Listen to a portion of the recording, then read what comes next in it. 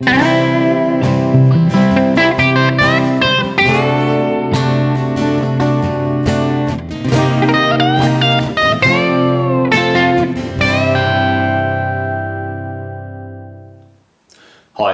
today I'm looking at the solo from The End by the Beatles, and the part I'm looking at is the solo that's at the end of the song, so it's the end of the end.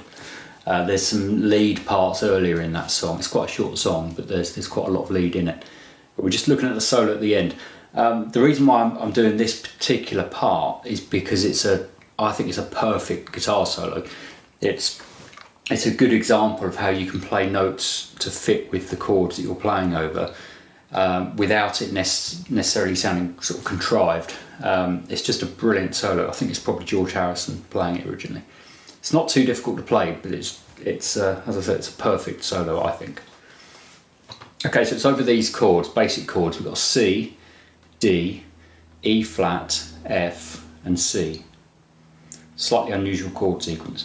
And there's a C bass note underneath all of those. So you've got C, D over C, E flat over C, F over C, and then C again. Okay, so the way he starts is, bearing in mind the first chord's a C, slides into this note, which is 9th fret on the 3rd string.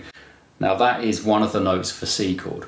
If you think of a C bar chord like that, it's one of the notes. So he slides into that. And then goes straight into a big C major arpeggio, which looks like this.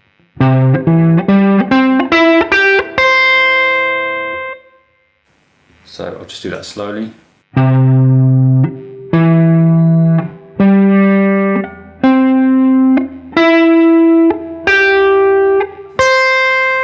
Some of you watching will already know that pattern. And he continues it off of the end. This is the C at the end. He then plays the 10 here, which is a D, and bends it to an E, which is 12th. So it's... and then plays a C again there. And then the chord changes at that point, so it goes to the D chord. So bearing in mind there's a D chord here, he bends this note to sound like this note, which is in the chord. So far we've got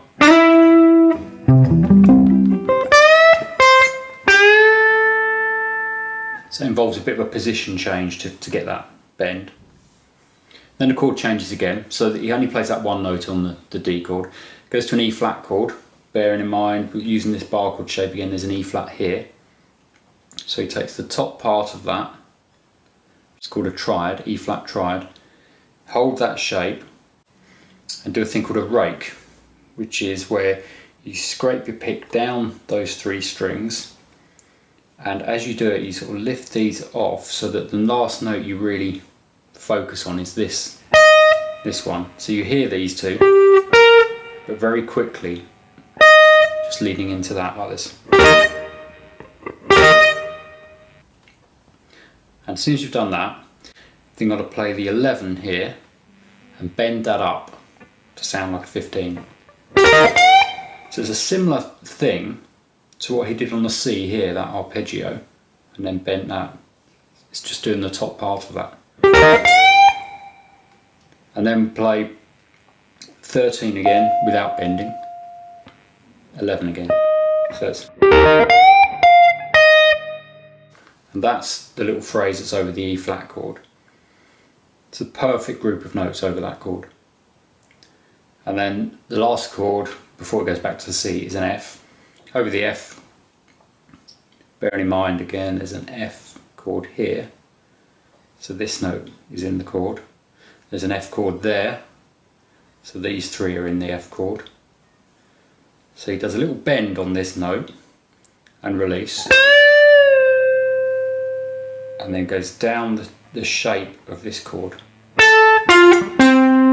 So it's,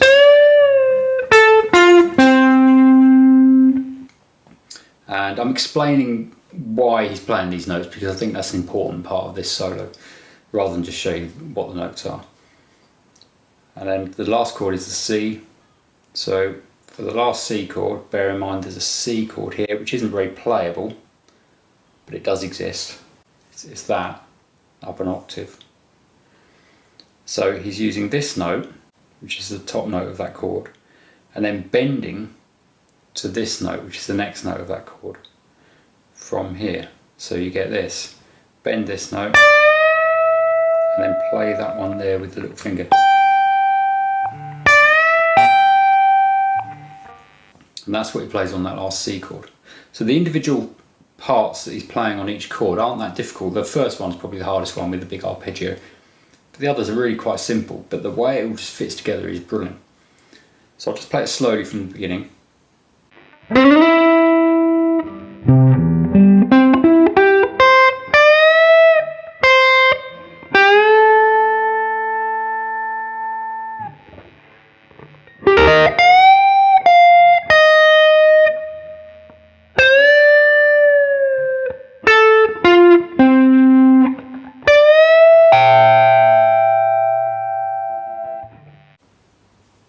And that's the whole solo. So it's a brilliant solo to learn because you can sort of steal ideas from this one. It's not very long, it's quite simple, but you can take a lot of ideas from that about how you can pick notes from the chord to use when you're playing a solo. This is what jazz guitarists do all of the time, but in most other styles of music, guitarists don't tend to do this too much, but it's really effective. Okay, if you like this video, then please subscribe and click the like button, and please suggest any others you'd like to see lessons on in the comments below. Thanks.